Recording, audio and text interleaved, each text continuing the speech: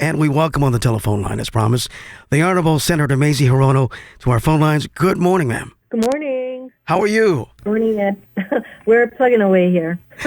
How crazy is it living in Washington during this pandemic? It is, well, I haven't been home in a while, but I do keep in touch with people and like you, so I'm glad to be on your program. We have a lot more work to do, but unfortunately not everybody shares the sense of urgency that I and the Democrats have to do more, because we know that a lot of people are suffering throughout our country. Lots of unemployment in Maui. You guys know that's a huge concern. So we need to do more, and we are negotiating even as we speak to do more, but Mitch McConnell is not exactly jumping up and down to do that. So we will keep on pushing. Well, what kind of federal help can we count on for the state and local government here? We put out billions for PPP, and a number of small businesses in Hawaii were helped, close to 23,000 small businesses. So one of the things we need to do quickly is to make some changes to the PPP program so that there's more flexibility for small businesses. They have more time to deal with it, and then also more flexibility in how they're going to spend the money. So my hope is that at least that portion, even if we can't do the huge $1 trillion House bill right now, that we can make some necessary fixes to the PPP program. A number of businesses in Hawaii have talked to me about more flexibility, and I think that we might be able to move on that. But other things that we need to do, the state is looking at a very big budget shortfall, as are states all across the country, and so the next COVID package should have a lot of money to help states and counties with their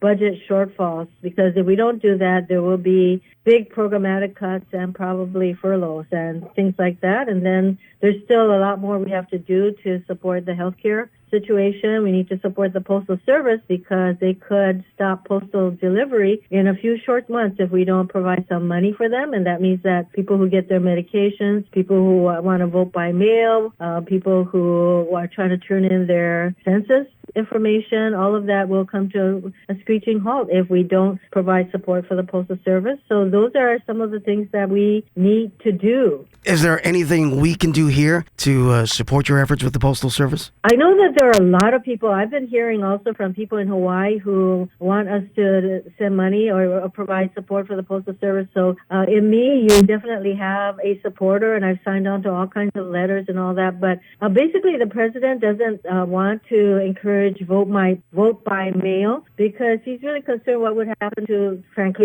Republicans if we vote by mail. And so that is not a good reason at all. In fact, that's a terrible reason to try and not to give any money to the Postal Service. So this is a big battle, but lots of people, a lot of people from all across the country are contacting their senators and members of Congress to lend that support. And in fact, the House bill does put in money for the Postal Service. So I thank the people in Hawaii who have contacted me on that point. What is your opinion on how we can safely reopen the state to visitors? To reopen the state, it'll be a national and basically an international issue on how to get better control of what's happening with this virus. To the extent that most of the visitors to Hawaii come from the mainland, until we have a much better sense and control over the healthcare crisis and the spread of this virus and the development of a vaccine and other protocols, it's hard to envision that we're going to have millions and millions of people from the mainland getting on the planes and coming to Hawaii. And even if they did,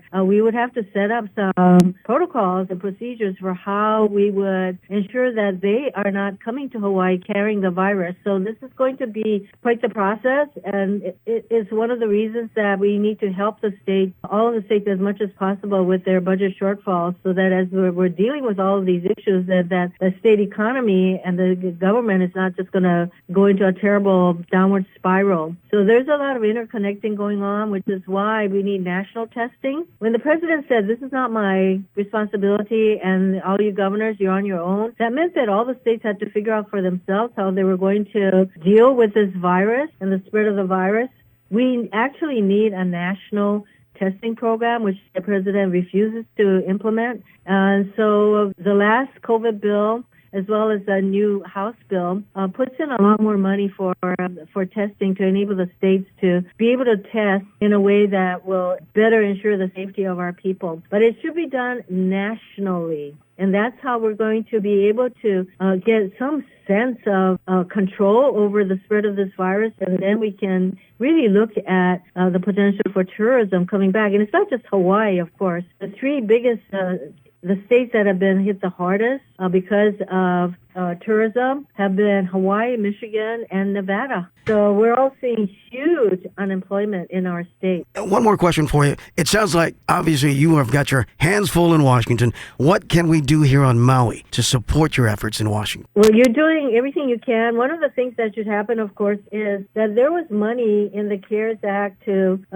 support the state and counties, and I hope that our leaders in the state, that would be the legislature, the governor, the counties, the mayors, everybody, comes together and determine how best to spend the money. There's some $1.25 billion that went to the state and the counties to do this. And so there's a pretty broad range of things that can be done. They cannot use this money to meet the budget shortfalls, but there are other things that can be done. And I hope that that money gets out into the community to deal with the response, the state and county's response to the pandemic. And that is something that my hope is that the local leaders will come together and do. Meantime, I will continue to push at the federal level for more support for the state and counties and national testing. Thank you so much.